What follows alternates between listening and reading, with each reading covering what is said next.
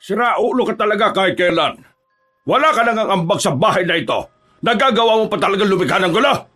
Tingnan mo ginawa mo, Rogar. Dahil sa kabastusan mo, lahat ng mga kasambahay natin ay nagsisialin sila. Natatakot sila sa kamanyakan mo.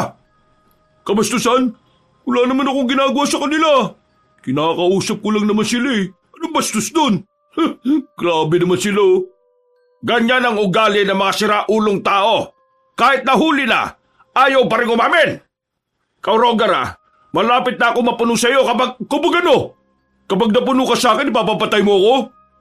Pinagsasabi mong siraulo ka. Naririnig mo ba yung sinasabi mo? O baka naman, nakahit-hit ka na naman ng kung anong usok niyan? Kilala kita, Baba. Alam ko kung anong kapasidad ng impluensya mo. Pero wala akong pakialam kung anong gawin mo sa akin. At saka, bakit naman ako mababahala? Wala naman akong ginagawang masama eh. Ikaw yata meron. Manahimik ka! Nakakaya ka sa angkan natin. Pati mga kasambahay na walang kamalay-malay inaabuso mo. Eh ano ba kasi ang sumbong nila? Meron ba akong ginahasa sa kanila? Wala naman Binastos mo sila. Naririnig mo ba yung mga sinasabi mo? Bakit? Mahirap ba sa iyo na aminin na may ginawa kang katarantaduhan sa pamamahay na ito? Saan mo ba nakuha yung ganyan ugali? Pinag-aaral kasi kita, puro kabulakbol. Kaya tuloy lumaki kang walang kwenta. Puro na lang kabulukan ang naidudulot mo sa pamilyang ito. Ikaw pa naman ang pangaray pero yung ugali mo, parang patamon. Apong naman, magdahan-dahan ka naman sa mga sinasabi mo. Anak mo pa rin yan. Isa ka ba, Avria? Alam mo, malaking parte ng pagkatao ng anak natin na to ang hinubog mo sa maling paraan. Kung hindi dahil sa pangungonsinti mo mula pa ng bata to, hindi naman to magkakaganito eh. Kahit kasi mali ang ginagawa nito, para sa iyo tama. Anong klaseng ina ka? Hindi ko naman kinukonsinti si Rogar. Sinasabi ko lang na wag mo naman siyang masyadong pag-initan. Hindi mo kasi nakikita ang pagsisikap niya kasi puro na lang mali ang nakikita mo.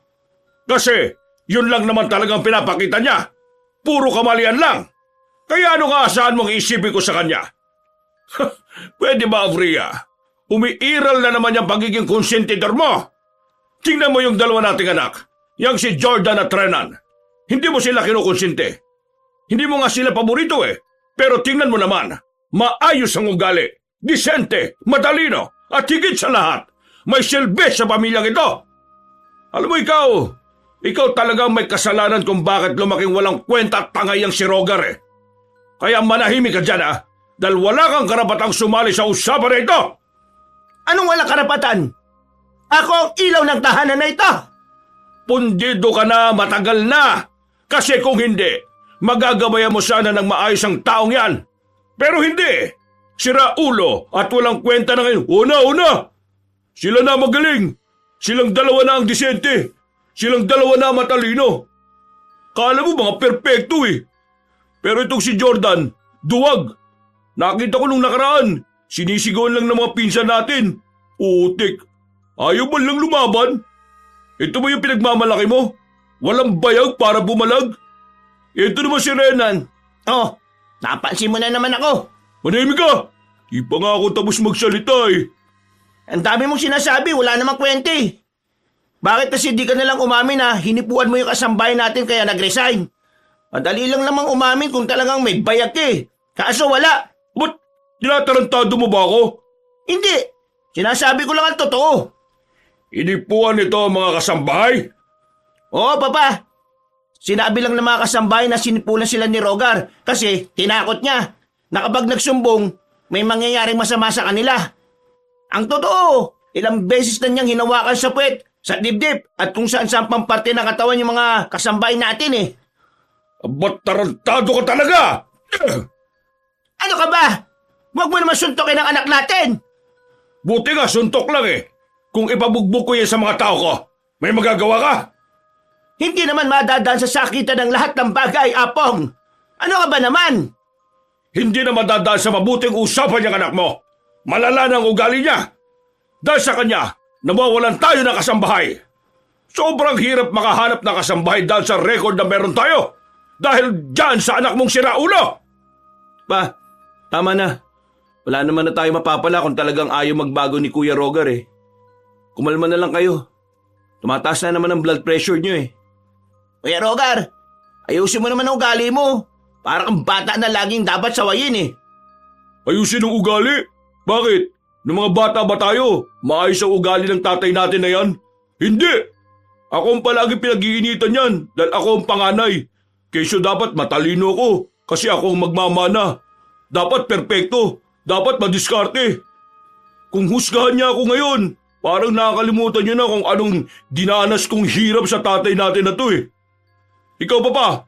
Ikaw ang dahilan kung bakit ako naging ganito. Masyado mong pinresyo ng utak ko. Sa murang edad ko pa lang. Kaya ako naging ganito. Kaya wala kang karapatan na magreklamo kung ano ko ngayon. Kasi ikaw lahat ng dahilan kung bakit ako walang kwenta sa paningin mo. Lumabas na lamang ng mansyon ng lalaking si Rogar. Sinundan naman ito agad na matandang babae na si Doña Avria. Napapabuntong hininga na lamang ang Don. Inalalaya naman ni Jordan at Renan ang kanilang ama para makaupo sa sofa.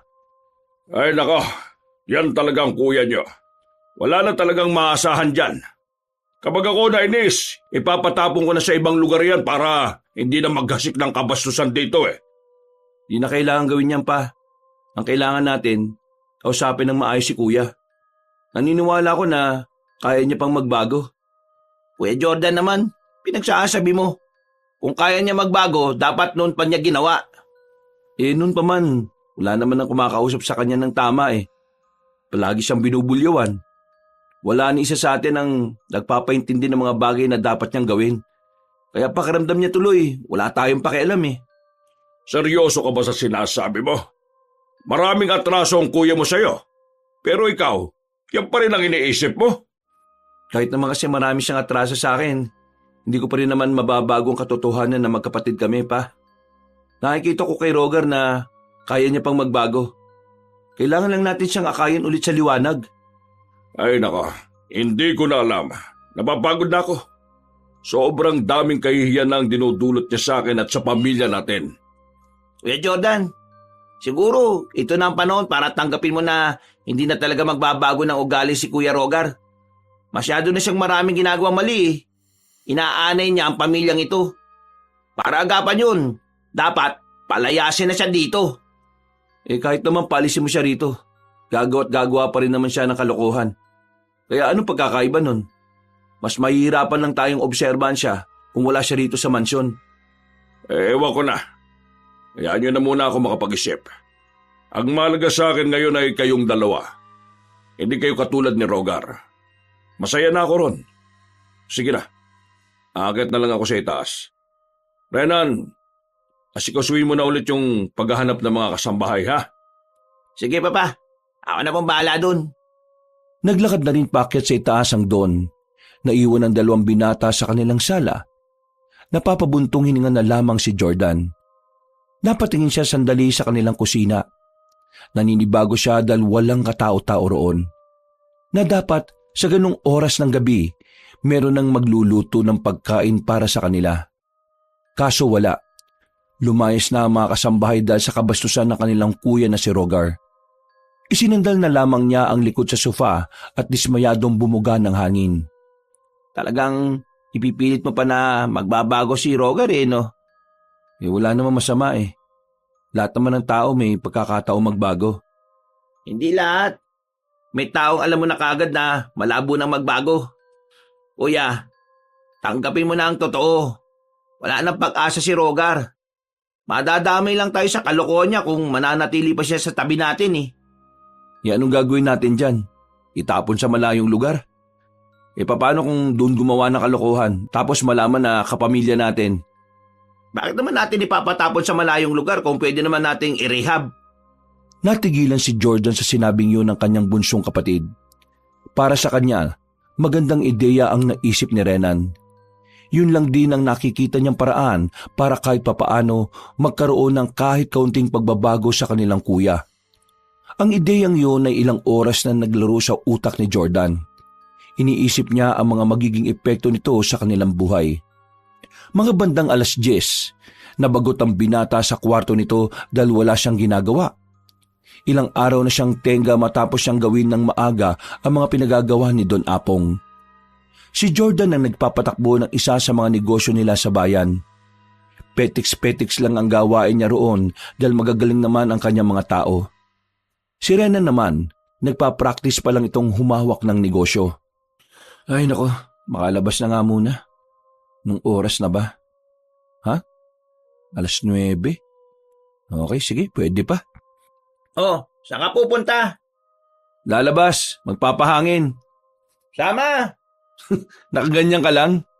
Kailangan pa ba formal? O sige na, ayos na yan. Pagbaba ng dalawa sa sala, inabutan nila ang kanilang ina na nakaupo sa sofa. Problemado ito at umiiyak-iyak pa. Napatigil sila. Kahit na nakakainis ang kanilang ina, hindi nila ito kayang baliwalain. Hindi ko mahanap ang kuya ninyo. Kung hindi nyo sana siya pinagtulungan, hindi sana siya aalis.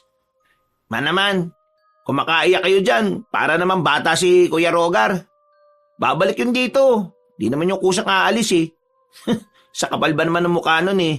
Hindi niya kayang gawin yun. Isa ka pa. Isa ka sa mga dahilan kung bakit nagkaganon ang kuya ninyo. Huwag niyo ako sinisisi dyan ha. Hindi ako magulang ni kuya. Renan, huwag ka nang sumagot. Ma, hahanapin na lang namin si kuya. Total lalabas naman kami. Pinagsasabi mo. Akala ko mas... Sige na, unahin na muna natin to.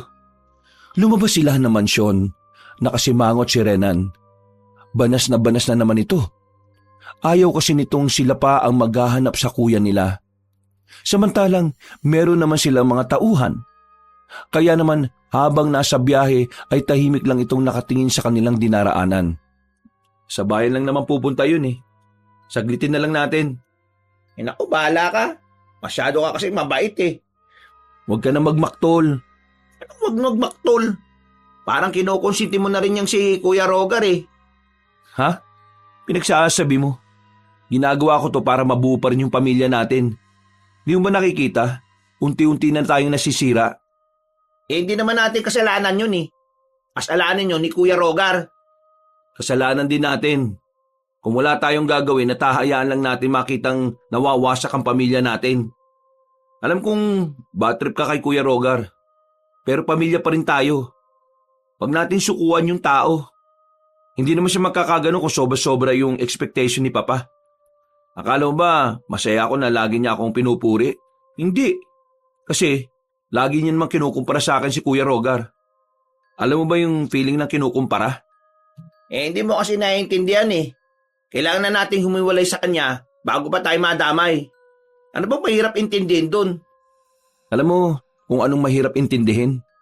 Si Papa ang dahilan kung bakit siya nasira.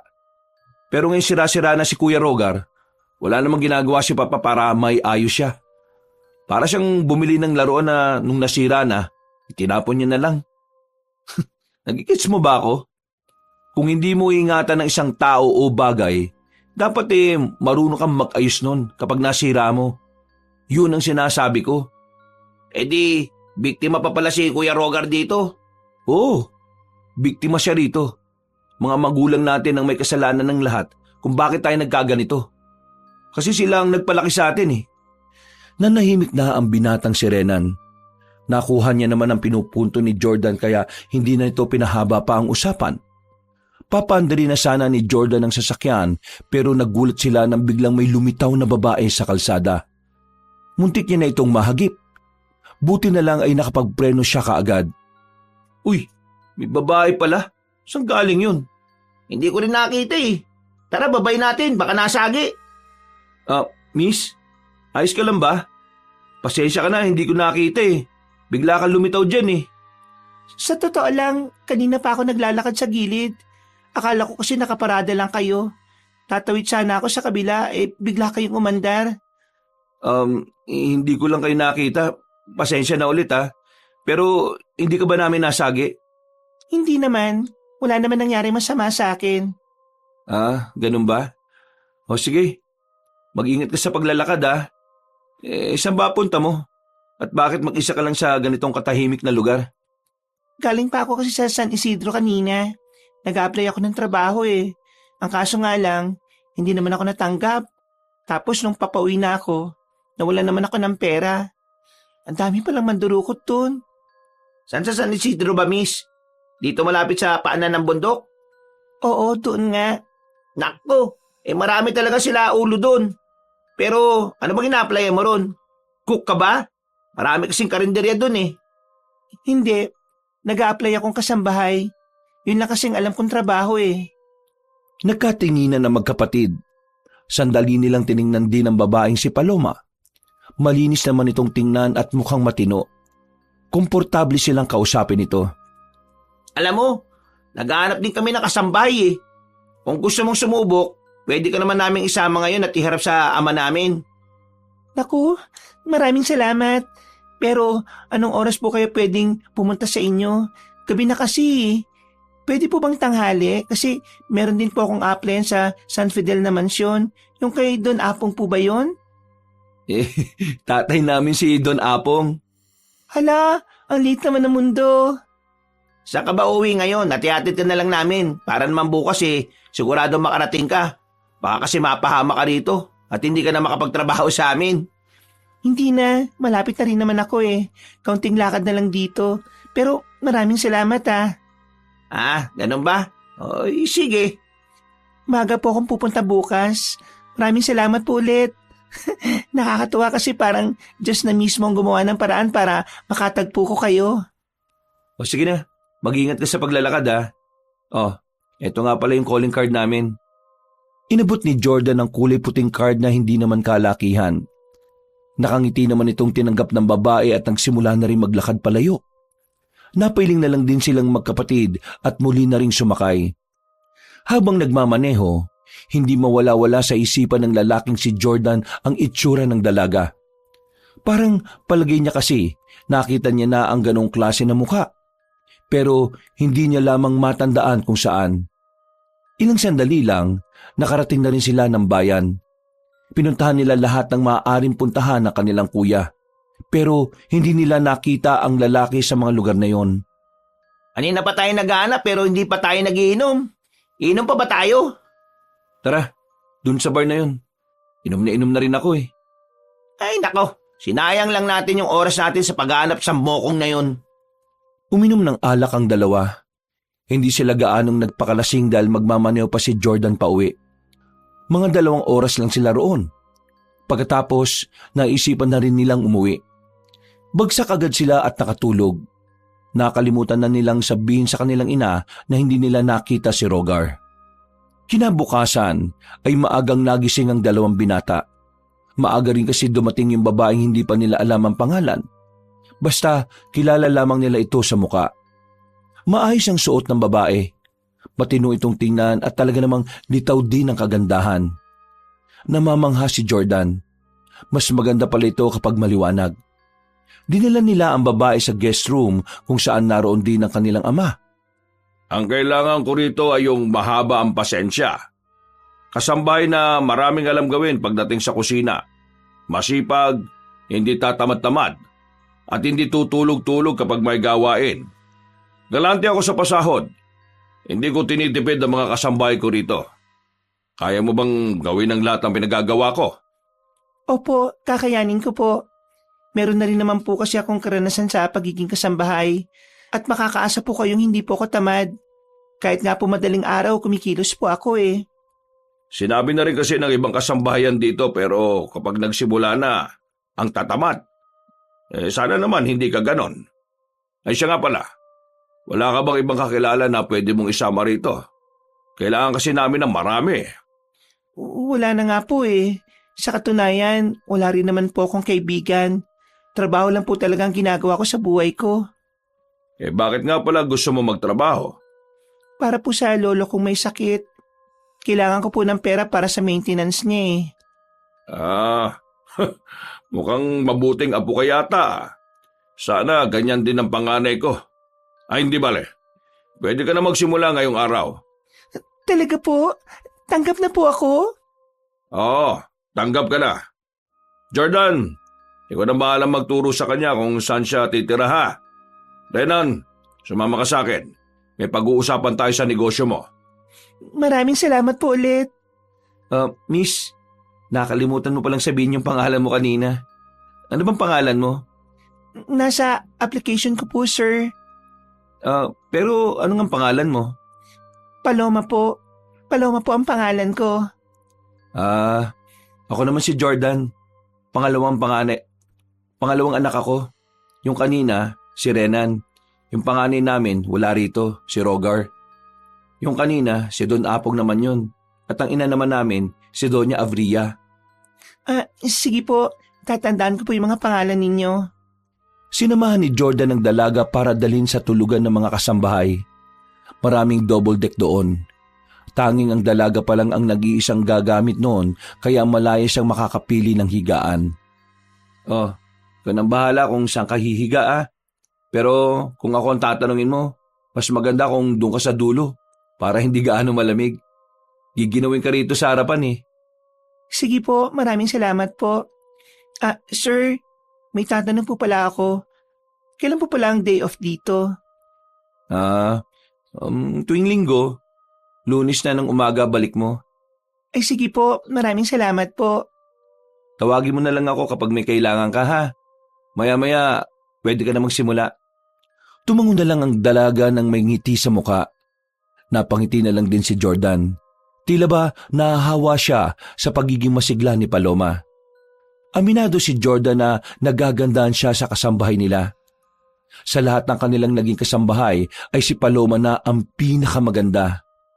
Sa kabilang banda, nakaramdam ng pag-aalala ang lalaking si Jordan. Naalala nila ang kuya nilang si Rogar. Tsak na mas mapapansin ito ni Rogar dahil sa ganda ni Paloma. Dahil kung ang ilang kasambay nga na katamtaman lang ang itsura ay nagawang bastusin at pagnasaan ni Rogar, ano pa kaya ang bago nilang kasambahay? It's nice to be back!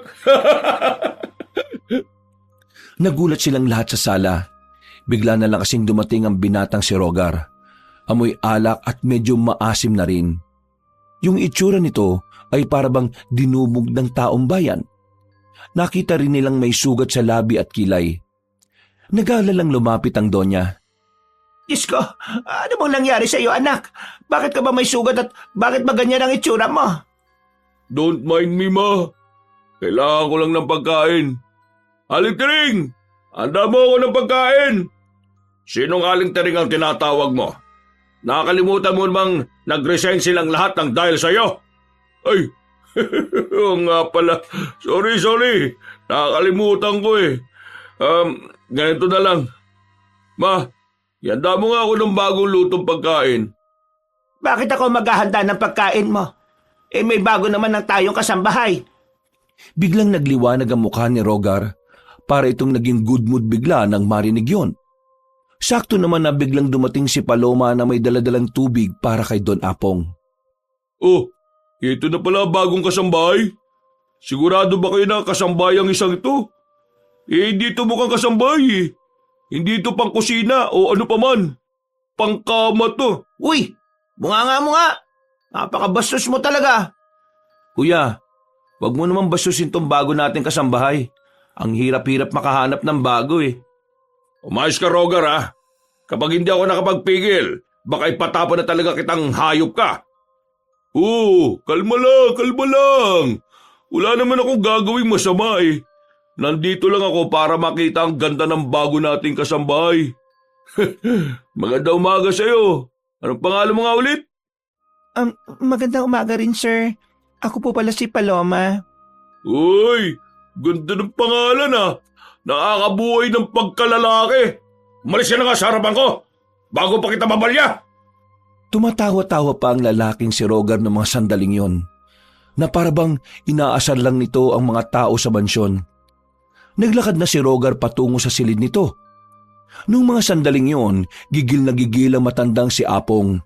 Pero nilapitan na lamang ito ni Renan para kahit na papaano ay kumalman na rin ito. Habang si Jordan naman, inakyat niya ang kanilang kuya para kausapin. Nakaiga na si Rogar nang dumating siya. Kuya, ngayon pa lang nakikiusap na ako. Huwag mo naman sana bastusin si Paloma. Inosenteng babae yun eh. Ang gusto niya lang magtrabaho para sa lolo niya. At talagang sinundan mo pa ako para lang sabihin yan? Kilala naman na kasi kita eh. Kung yung mga naunang kasambay nga, pinagnasaan mo. Ito pa kayang si Paloma. Mabuti naman at kilalang kilala mo na ako. Pero huwag ka mag-alala. Wala naman akong gagawin eh. Mga ako sa akin, kuya. Mga ako? Ano ka, bata? Paano ba mga ako? Ganito ba?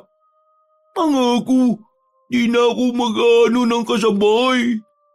Kuya, seryoso ako. Oo na, wala na akong gagawin. Pasamang tao talaga ang tingin mo sa akin eh, no? Naninigurado lang ako, kuya. Sinarado na rin ni Jordan ang pintuan at saka lumabas. Pagbalik niya sa sala ay wala ng tao roon. Tanging si Paloma na lang ang nakikita niyang nagliligpit ng pinagkainan. Nginitian niya ang dalaga. Ngumiti rin naman ito sa kanya. Himalang naging payapa ang buong maghapon kahit naroon si Rogar. Nakakapanibago para sa kanila na hindi gaanong madaldal o maingay ang binata. Kalmado lang itong kumakain sa kusina. Ni hindi rin nila napapansin na may ginagawa ito sa kanilang kasambahay na si Paloma. Mula sa guest room, nakasilip si Jordan at si Renan. Binabantayan nila ang kilos ng kanilang kuya. Parang kakaibang tao ngayon tong si Rogar ah. Ano kaya nakakain ito? Pinagsabihan ko kasi siya kanina. Siguro natauhan na siya. Natauhan? Sigurado ka ba? O baka may bago na naman kasing pandar yung isang yan. Basta, obserbahan na lang natin. Pasimple silang nagtungo sa kusina para kunwari ay may gagawin sila. Agad naman ding lumabas ang babaeng si Paloma. At napansin ni Jordan na tila wala namang naging problema ang babae. Oh, bakit hindi kayo maalis ng bahay? Binabantayan niyo ako, no? Bakit ka naman namin babantayan? Ano ka, aso? Ang sabihin niyo kasi, nag-aalala kayo na baka may gawin ako sa bagong kasambahay. Well, mukha naman talaga siyang pang-model eh. Pero weird ah. Anong weird? Ngayon lang ako nakakita ng babaeng sobrang lakas na kayang iurong ang drum sa gilid ng mansyon natin eh. Tao ba yung babaeng yan? Ano ba tingin mo? Akala ko kasi superwoman eh. Sabog ka pa yata eh. Paano naiusog niya yung drum mabigat yun? Yun nga rin ang tanong ko, di ba? Gusto mo talong natin sa kanya? Wag na. Manggugulo ka pa sa abalang tao. Ganda rin ni Paloma, no? Grabe, nakakaano. Kuya, meron tayong usapan ha. O bakit? May ginawa na ba ako? Wala pa naman ah. Tandaan mo ah, namumuro ka na kay Papa. Dati na ako namumuro, hindi pa naman ako bumibingo. Tinawanan na lang sila ni Rogar. Insulto na lamang ang naramdaman ni Renan. Pakiramdam kasi nito, hindi naman siniseryoso ng binata ang kanilang sinasabi. Iniwan sila ni Rogar sa kusina. Napainom na lamang sila ng gatas. Mga bandang 5:00, umalis na muna si Renan para sa negosyo nito. Naiwan si Jordan sa mansyon. Tanging si Doña Avria lamang ang naroon, pati na rin si Paloma. Dahil walang magawa si Jordan, naisipan niya maglakad-lakad na muna. Nakarating siya sa gilid ng mansyon kung saan naroon ang tambak nila. Sa hindi malamang dahilan, bigla siyang nagtago sa gilid. Ang sipag naman itong si Paloma. Parang hindi naman to napapagod. Nanlaki naman ang mga mata ni Jordan nang makita ng dalawa niyang mga mata kung papaanong niyakap ni Paloma ang isang drum at saka inilipat sa kabila. Hindi siya makapaniwala. Sa pagkakaalam niya kasi, nung binuhat niya yon, dalawa sila ni Renan ang nagtulong. Walang ya. Paano nagawa ni Paloma yon? Totoo nga. Malakas talaga si Paloma. Napangiti si Jordan. Dahil kasi sa nakita niya, naintindihan na niya kung bakit parang ilag si Rogar sa dalaga. Malakas si Paloma. Sapat ng dahilan yon para makampante siyang papalag naman ng babae sakaling bastusin ni Rogar. Hindi na niya inabala pa ang dalaga. Binalikan na lamang niya ang kanyang ina at sinamahang manood ng TV sa sala. Sobrang tahimik na sa mansyon. Ganito namamayani ang katahimikan kapag pumapatak na ang 9:00 ng gabi. Tahimik na kasi ang mga kalapit na kabahayan. Ang mga tao naman sa mansyon ay maaga ring natutulog. Pero si Jordan, hindi siya dinadalaw ng antok kahit na anong gawin niya. Malikot lang siya sa higaan. Bukas yan! Pasok! Pumasok ang kanyang kapatid na si Renan na kapwa niya ay hindi rin makatulog dahil sa hindi nila malamang dahilan. Oh, akala ko tulog ka na. O bakit? Anong kailangan mo? Matutulog ka na ba? Hindi pa naman. Patambay na muna ako. Sama ng panaginip ko kanina eh. Nakatulog ka na pala kanina. Hindi ko alam kung tulog ba yun o hindi. Kasi kakapikit ko pa lang tapos parang may biglang panaginip na kaagad ako. Ano bang panaginip mo? Aswang daw. Aswang? Weirdo naman yan. Bakit aswang? Oo, aswang. Hindi ko nga rin alam kung bakit biglang aswang ang panaginip ko. Ano bang nangyari sa panaginip mo? Galit na galit daw yung aswang. Parang gusto niyang magiganti. Pero hindi ko rin alam kung bakit. Alam mo, tigilan mo na yung kakainom mo ng kung ano-anong vitamins ha. Kung ano-ano na lang yung napapanaginipan mo eh. Ha? Wala namang kunik yun sa panaginip ko eh.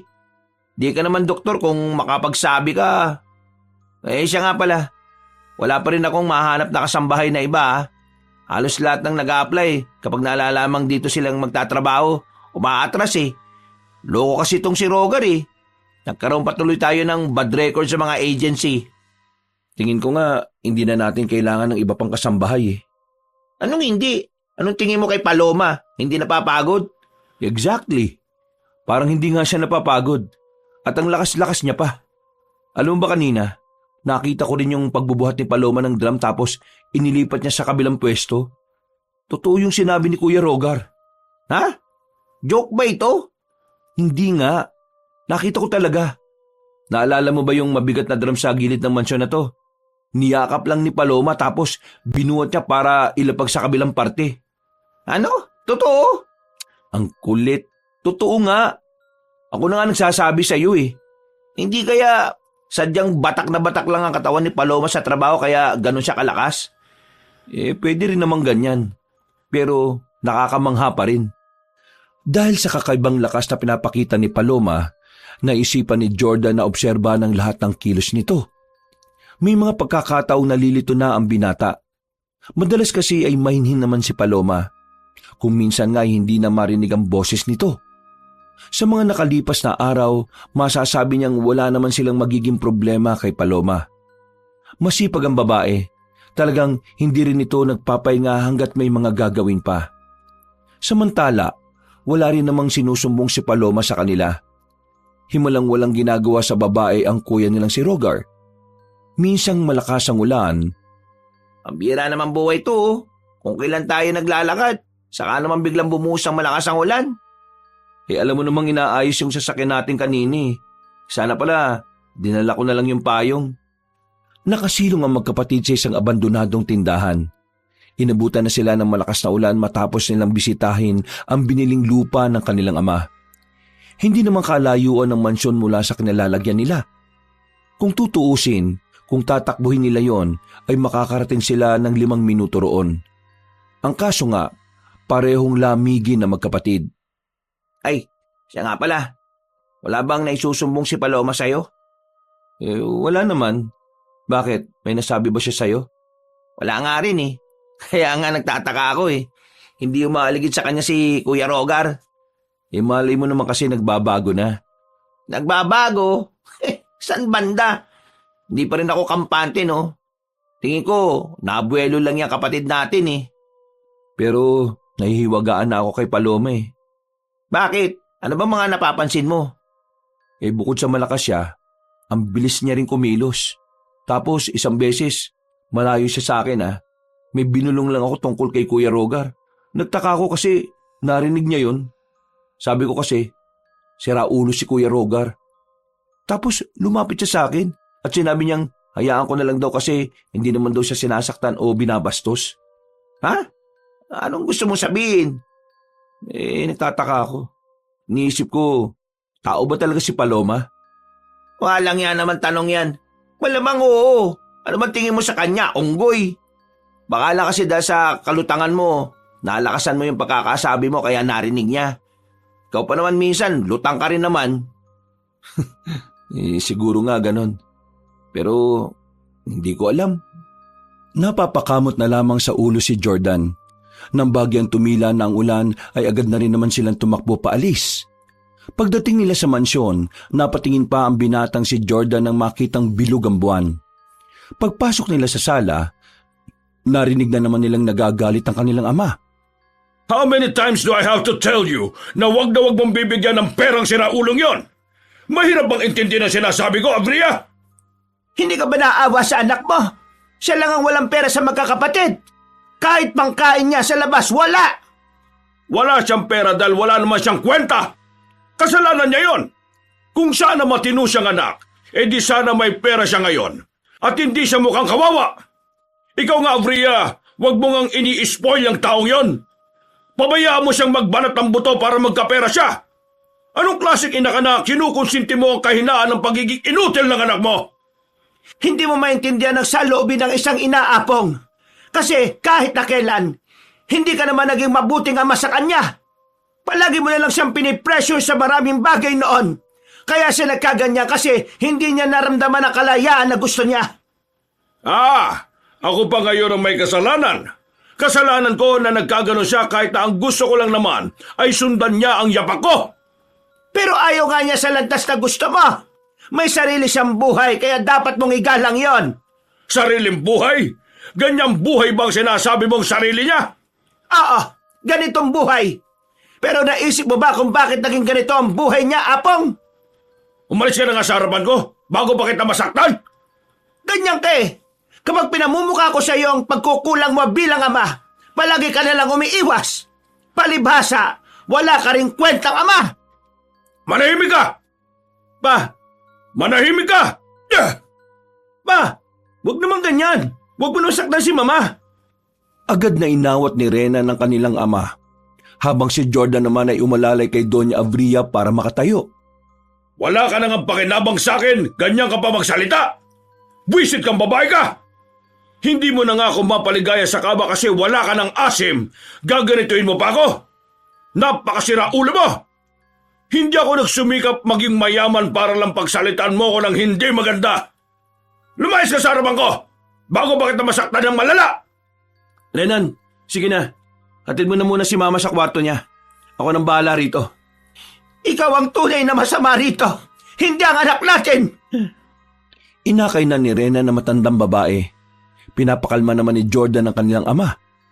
Nang mahimasmasan na ang Don, kinausap ito ng maayos ni Jordan. Pa, hindi niyo dapat sinaktan si mama. Kahit na ano pa man ang pinag-uusapan niyo. Di ba kayo nagsabi sa amin dati na kahit anong mangyari wag na wag kaming mananakit ng babae? Sumusobra na kasi ang mama mo eh. Lalo niya lang pinalalaki ang ulo ng kuya niyo. Nakakabwisit! Paloma! Paloma! Nasaan ba tong babaeng ito? Sir, bakit po? Ano pong ipag-uutos nyo? Itimpla mo nga ako ng tsaa. Ang sarap ng timpla mo nung nakaraan eh. Nagustuhan ko. Sige na. Itimpla mo ako para naman marelax ako ngayon. Opo, masusunod po, Don Apong. Nagmamadaling umalis ang babae. Napansin pa ni Jordan ang tingin ng kanyang ama habang papalayo si Paloma. Mga ilang sandali lang naman ay naging kalmado na rin ang Don. Si Jordan naman, umakyat na lang din. Maaga siyang dinalaw ng antok ng mga sandaling yon. At maya-maya nga lang din, tuluyan na siyang pinagharian ng antok. Nagising siya dakong 3:00 na madaling araw. Hindi niya rin alam kung bakit basta pakiramdam niya ay merong nakatitig sa kanya. Bakit bukas yung bintana? Nakasarado naman to kanina. Naglakad siya papalapit doon. Bago niya isinarado ang bintana, meron siyang napansin na kakaiba. Para bang may bakas ng paa sa tapat ng bintana niya. Kitang-kita niya yon kasi nakabukas pa ang ilaw sa labas. Dahil nga kagigising lang at wala pa sa tamang wisyo, hindi niya na lamang yung pinansin. Bumaba na lang siya sa sala. O Paloma, bakit hindi ka pa natutulog? Ang dilim-dilim na dito sa sala. Anong ginagawa mo? Naglilinis po ako sa ilalim ng sofa. Ha? Naglilinis? Anong oras na oh? At saka, bakit hindi mo buksan yung ilaw? Ang dilim ah. Baka po kasi kapag binuksan ko yung ilaw magalit si Don Apong. Kaya hindi ko na lang po binuksan. Pasensya na kasi hindi pa po ako makatulog eh. Kayo po? Kagigising ko lang. Naalimpungatan ako. Ganun po ba? Ay, Siya nga po pala sir, gusto niyo po bang ipagluto ko kayo na makakain? Sige, basta pagkatapos matulog ka na ha. Masayang kumilos ang dalaga. Magkasama silang dalawa sa loob ng kusina. Habang kumikilos ang babae, napatingin si Jordan sa bandang batok nito. Meron kasi siyang napansin doon na parang mabuhok na parte. Bagay na hindi niya naman napansin noong nakaraan. Paloma, ano nga palang probinsya mo? Ako po, Capiz po. Doon po ako ipinanganak. Tapos nung nasa 9 na taong gulang na ako, umalis na po kami roon. Capiz? Di ba yan yung probinsyang maraming aswang? Hindi naman po totoo yun, sir. Gawa-gawa lang po yun. Kumbaga, sinasabi lang po ng kalapit na probinsya yun para walang pumunta ron. Marami po kasi magagandang tanawin sa amin eh. Ayaw po yatang masapawan ng mga kalapit na probinsya kaya naninira. Uso din pala ang siraan sa mga ganyan Opo, kanya-kanyang diskarte para makaago ng turista. E di walang aswang. Sa amin po wala, chismis lang. Pero sa ibang lugar, hindi ko po alam. Naniniwala ka ba na may aswang talaga? Opo, naniniwala po ako. Mababagsik ba talaga ang mga aswang? Sa pananaw ko po, hindi naman po lahat. Meron din po sigurong mababait na aswang. Kapansin-pansin na tila nagbago ang mood ng babaeng si Paloma nang mapunta na sa aswang ang kanilang usapan. Hindi na rin naman komportable si Jordan sa ganoong klaseng usapan kaya tinigil na rin niya. Hindi rin kasi siya interesado sa mga bagay na mahirap naman talagang paniwalaan. Kinabukasan, hindi na nakatulog si Jordan. Inasikaso na lamang niya sa umagang yun ang mga alaga nilang manok. Buti pa itong mga manok patila-tilaok na lang Sa sarap ng buhay. Yeah! Oh, aga mo may lakad ka? Oo, pero dyan lang naman sa farm natin. Bakit ganyan ang mukha mo? May nangyari ba? Tumawag sa akin kanina si Mang Dodong Muntikan na raw madali mga baboy at manok natin. Ha? Paano munti ka nang madali? Ewan ko nga rin Basta parang may mabangis na hayop daw na lumapit doon kanina madaling araw. Mabuti na lang sa farm pala natulog si Mang Dodong. O sige, hintayin mo ako. Sasama ako. Bilisan mo Agad na pumasok si Jordan sa mansyon. Nakabanggaan niya pa si Paloma sa hagdanan. Humingi naman ng paumanhin ng babae. Pero para itong balisa. Nakayuko lamang ito at hindi makatingin na maayos. Napapailing na lamang si Jordan at hindi na lang din niya pinagtuunan yun ng pansin. Sigurado ka ba mabangis na hayop yung nakita ni Mang Dodong? Hindi ko nga rin sigurado teka, Mang Dodong! Mang Dodong! Makailang beses nilang kinatok ang pintuan. Ilang sandali lang ay lumabas na rin ang matandang lalaki na nagkukusot pa ng mga mata.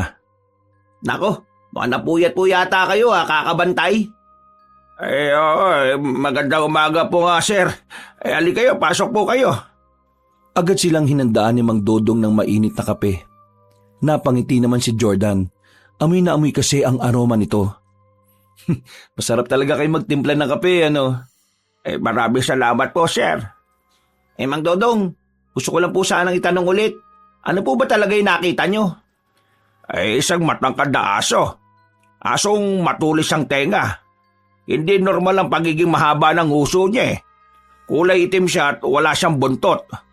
Tinutukan ko ng ilaw yung aso na yon, kaya nakita ko kulay pula ang mga mata. Pilit niyang binubuksan yung kulungan ng mga baboy. Buti na lang, nagising ako. Kinuha ko yung 2x2, pinalo ko yung asong itim. Tinamaan siya sa paa, tapos hindi kayo maniniwala mga sir. Ang taas ng talon ng aso. Nakikita niyo po ba yung puno ng mangga dyan? Ayun, lumundag sa paakyat doon tapos saka umalis na rin. Kilala nila si Mang Dodong. Hindi yun mahilig gumawa ng kwento-kwento lang. Sa halos 3 dekada na nitong natatrabaho sa pamilya nila, yun lang ang unang pagkakataon na may kinuwento matanda ng ganon. Kaya naman, laking pagtataka ng magkapatid kung ano nga ba talaga ang nilalang na nakita ni Mang Dodong. May naisip po ba kayo kung anong klaseng aso yun? Hindi aso yun, sir. Hindi hayop. Ano? Aswang po. Aswang po yung nasa isip ko. Baka po aswang yung nakita ko. Aswang? Nagiging aso din po pala mga aswang? Base sa pagkakaintindi ko, ang mga aswang kayang magpalit-palit ng anyo bilang hayop. At ang pagiging aso ang isa sa pinakamadalas nilang gawin. Di, totoo nga talaga ang aswang. Ang weirdo lang no? Nung nakaraan, aswang ang panaginip ko. Tapos ngayon, literal na may aswang na talaga. Sir, baka mamaya yun ang ibig sabihin ng panaginip mo. Hindi ko alam. Pero ano bang pwede natin gawin sa ganito? Baka pestehin ng mga alaga natin. Albularyo lang naman ang makakatulong sa atin. Pero wala namang albularyo dito. Sige, ganito na lang ang gawin natin.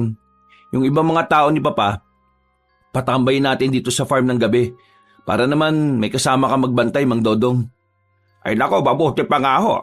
Kinakabahan na rin kasi ako na baka kapag nakatulog ako mayari na lang tuluyan tong mga alaga natin. Nang makabalik na sila sa mansyon, agad nilang pinaalam kay Don Apong ang nangyari. Kagaya ng kanilang inaasahan, hindi naniwala sa kanila ang ama sa halip na buwisit pa ito sa kanila. Niloloko niyo ba ako?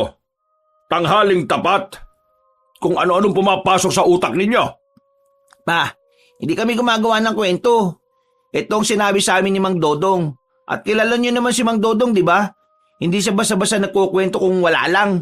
Kaya alam namin na totoong nangyari yun. Naniniwala kayo sa aswang? Moderno na ang panahon ngayon. Makakapal na ang mga cellphone ninyo. High-tech na mga cellphone ninyo at hindi na dikipat. Tapos sasabihin niyo sa akin na may aswang? Papa, kahit na moderno ng panahon ngayon, nasa lugar naman tayo na kung saan probinsya ang pamumuhay. Kaya naman, hindi malamang... Sinasabi mo bang tanga ko? Pa, hindi. Alam kong probinsya pa rin dito. Hindi naman ako tanga Ang sinasabi ko lang, walang aswang. Walang ganyan. Hindi yan totoo. Si Dodong, baka mamaya wala na naman magawa yan. Pero kilala mo naman si Mang Dodong pa. Matinong tao yun. At isa pa, loyal sa atin yun. Hindi yung gagawa ng bagay na ikasisira niya sa atin. Kung wala kayong ibang sasabihin na matino sa akin ngayon pwede bang umalis na muna kayo sa harapan ko? At baka malintikan pa kayo sa akin? Pero pa, Renan, tama na. Tara na. Bumuntong hininga na lamang si Renan. Nang makalis na sila roon, ay tumambay na lamang muna sila sa kanilang garden. Hindi maiwasan ni Renan na hindi madismaya. Bakas din sa mukha nito ang inis. narinig mo naman kung paano tayo pagsalita ni Papa, di ba? Parang may nagbago talaga sa kanya Hindi naman siya ganyan dati Oo nga napansin ko nga rin. Kung kausapin niya tayo, parang kagaya tayo ni Kuya Roger O, di ba? Nakakapanibago talaga. Ano kaya nangyari sa isang yun? Hindi na nakasagot pa si Jordan nang makita nilang papalapit sa kanila si Paloma. May daladala itong pantabas ng damo. Nakangiti pa ito na makalapit na sa kanila. May gagawin ka ba dito? Aalisin ko lang po yung mga ligaw na damo. Pero kung hindi pa po kayo tapos mag-usap, ayos lang naman po. Doon na po muna ako sa kabila. Hindi. Ayos na kami. Tapos na kami mag-usap. Teka lang. Anong nangyari dyan sa kaliwang paa mo? Bakit namamaga? Nang mapansin yun ni Jordan, tila nakaramdam ng pagkailangang babaeng si Paloma. Parang gusto nitong itago ang paa nito pero hindi nito magawa dahil walang pagtataguan. Ito po, ano po kasi, nabagsakan po yan ng bangkito kanina. Pero ayos naman na po ako. Yung totoo, masakit pa ba o hindi na? Kasi pwede ka naman naming dalhin sa ospital. Naku, hindi na po. Gagastos po kayo. Ayos lang naman po ako. Nahilot-hilot ko naman na po ito kanina At kung nakikita nyo, maayos naman po ang lakad ko. Sigurado ka Opo, okay na po ako. Malapad ng ngiti ang isinukli sa kanila ni Paloma. Maya-maya lang din ay umalis na rin ang magkapatid doon at nagsimula na rin magtabas ng damo ang babae. Nang nasa malayo na sila, napasulya pa si Jordan sa babae. Nahihiwagaan talaga siya kay Paloma. Hindi lang malaman kung bakit. Lumipas ng lumipas ang marami pang araw. Panibagong himala para sa kanila na walang ginagawang kabastusan si Rogar. Hindi na rin ito umuuwing lasing. Kung minsan naman, nakakausap na rin nila ito na maayos. Pero hindi pa rin nawawala ang ugali nitong mayabang at malakas makapang insulto. Samantala, hindi na rin naman dinalaw ng aswang ang baboyan nila sa kanilang farm. Mula nang may tumatambay ng tauhan nila ay hindi na nagpakita ang nilalang. Uy, Kuya Rogar, tapatin mo nga ako. Anong klaseng pakuluto? Teka naman, baka mag-away na naman kayong dalawa dyan ha. Di, tinatanong ko lang naman siya eh. Anong pakulo bang sinasabi mong ugo ka? Itong pagiging matino mo kunwari. Dahil hindi ba ako naaligid na sa babaeng yun matino na ako? Hindi ba pwedeng wala lang akong oras sa kanya?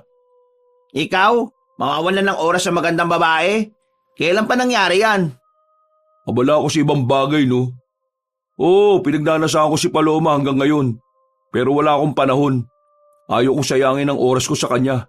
May iba akong pinagkakaabalahan. May ibang babae ka siguro kinababaliwan eh, no? Wala ka na dun. Huwag kang ang pakilamero. Palibasa kasi ikaw.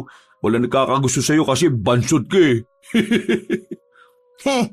Tangkad mo nga eh. Wala ka namang utak. Oo, tama na. Yan na naman kayo eh. Naglakad na lamang palabas ng sala ang lalaking si Rogar. Pasipul-sipul pa ito na parabang nang aasar. Bumuntong hininga na lamang din si Renan para magtimpi. Matapos ang usapang yun, pinuntahan naman na lamang ni Jordan ang kanilang kasambahay. Inabutan niya yung abala sa pag-aayos ng mga halaman sa labas. Paloma, nabasa ko pala kanina sa resume mo. Birthday mo na pala bukas? Ako, nakakaya. Hindi ko na po yun sinabi sa inyo eh. Since ikaw pa lang naman ang nag-iisa naming kasambahay, anong gusto mong regalo? Nagbibigay talaga kayo ng regalo sa mga kasambahay? Nakakaya naman po kapag ganyan. Oo naman oh, hindi naman kasi ibang tao sa amin ng mga kasambahay namin eh. Kaya sige na, sabi mo kung anong gusto mo. Simple lang naman po ang gusto ko, sir. Gusto ko lang naman pong mag-inom at kumain sa tabi ng ilog. Mag-inom at kumain sa tabi ng ilog? Bakit? Bakit yan lang ang gusto mo? Naalala ko kasi dati tuwing kaarawan ng tatay ko, nagpupunta sila sa ilog ni nanay at doon sila nagdiriwang. Gusto ko rin po sanang maranasan. Eh di, sige. Inom tayo, sama natin si Renan. Kaming bahala bukas. Ako, totoo ba yan, sir? Oo naman oh. May malapit naman na ilog dito eh. Dito sa likod lang ng mansyon meron. Kaunting lakad lang naman. Sa sobrang saya ng dalaga ay napayakap na lamang ito kay Jordan. Nagulat din si Jordan sa ginawa nito pero napangiti na lamang ang binata. Ay, pasensya na po. Masaya lang po talaga ako. Ito po kasi ang unang beses na magkakaroon ako ng masayang kaarawan. Magaan din ang pakiramdam ni Jordan ng mga oras na yon. Hindi niya alam kung bakit. Matapos ang usapan nila ng dalaga, pansamantala niyang nakalimutan ang problema nila sa aswang. Hindi niya alam, hindi niya matukoy kung ano ba talaga ang meron sa dalaga. Nakakaramdam siya ng hiwaga kapag nakikita niya ito. Mabilis na lumipas sa mga oras. Sumapit na rin ang kinabukasan. Hindi na muna nila pinakilos ang babae. At pagsapit ng kinahapunan, daladala na nila ang alak at ang ilang pagkain na binili ng magkapatid. Kuya, sabihin mo nga sa akin, may gusto ka ba sa kasambahay natin? Ha? Pinagsasabi mo? Ikaw ang may ideya nito eh. At hindi naman natin ito ginagawa sa mga kasambahay natin dati. Sus, nagsisinungaling ka pa. Basta, makisakay ka na lang. Mabait naman si Paloma, di ba? Kunwari ka pa. Huwag ka na nga magsalita, baka mamaya marinig pa tayo. Tinatawag niyo po ba ako? Hindi. Sige na, mauna ka lang. Diyan na yung ilog oh. Hindi nagtagal, nakarating na rin sila sa ilog. Merong malapad na bato roon kung saan nila inilatag ang mga dala nila.